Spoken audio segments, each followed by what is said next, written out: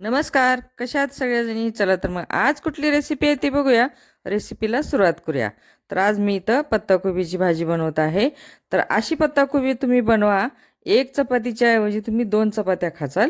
तर इथं बघा मी कशा पद्धतीने बनवणार आहे. इथं मी मसूर डाळ वापरून पत्ताकोबी बनवणार आहे.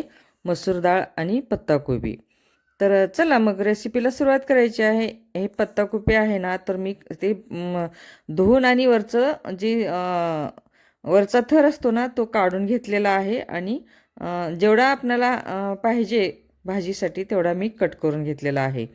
तर आता इथे एक कांदा घ्यायचा आहे आपल्याला कट करून. कारण हे भाजी बनवायची आहे पत्ताकोबीची. तर पत्ताकोबीला फोडणीसाठी मी कांदा चिरून घेतलेला आहे. तर गॅस चालू करून घ्यायचा आहे. गॅसवरती कढई ठेवून घ्यायची आहे. तर ही कढई ठेवलेली आहे. तर आता कढईमध्ये आपल्याला 1-2 चमचे तेल घालायचं आहे.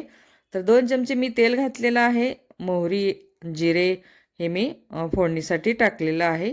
तर तेल गरम झाल्यानंतर मी जिरे मोहरी टाकली आणि कांदा पण टाकलेला आहे. आता कांदा आपल्याला परतून घ्यायचा आहे. लाल झाला की आपल्याला त्यामध्ये पत्ताकोबी घालून घ्यायची आहे. असंच परतत राहायचं आहे आपल्याला. परतत राहिलं ना की मग कांदा करपणार नाही. तर इथं झालेली आहे आपली पत्ताकोबी कांद्यामध्ये टाकून फोडणीमध्ये. तर आता ही पत्ताकोबी मस्त आपल्याला वाफवून घ्यायची आहे, परतून घ्यायची आहे. असंच परतत राहायचं आहे. तर आता जे आपल्याला लागतात ना ते मसाले घालायचे आहेत. इथं मसाल्यामध्ये मी धना पावडर घेतलेली आहे, परत हळद घेतलेली आहे, लाल तिखट घेतलेलं आहे, चवीपुरतं मीठ घेतलेलं आहे आणि मसूर डाळ घातलेली आहे. बघू शकता मस्त आता परतून घ्यायचं आणि वाफवून घ्यायचं. थोडंसं पाणी टाकायचं आहे आपल्याला इथं. तर बघू शकता आणि आपल्याला झाकून ह्याला वाफवून घ्यायचं आहे. तर मी त्याच झाकणामध्ये पाणी घेतलेलं आहे थोडंसं 1-2 चमचे असं एवढंच. आता गॅस बारीक करायचा आहे आणि आपल्याला हे वाफवून घ्यायचं आहे. झालेली आहे पत्ताकोबीची भाजी मस्त.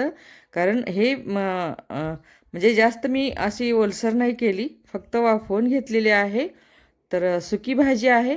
आता बघू शकता मस्त झालेली आहे. कशी झालेली आहे काय नाही ती मला कमेंटमध्ये सांगा. शेअर करा, सबस्क्राईब करा. सबस्क्राईब करायला विसरू नका. आणि खरंच खूप छान झालेली आहे भाजी. एकदम चविष्ट झालेली आहे. बघू शकता माझी एकदम मस्त रेसिपी आहे.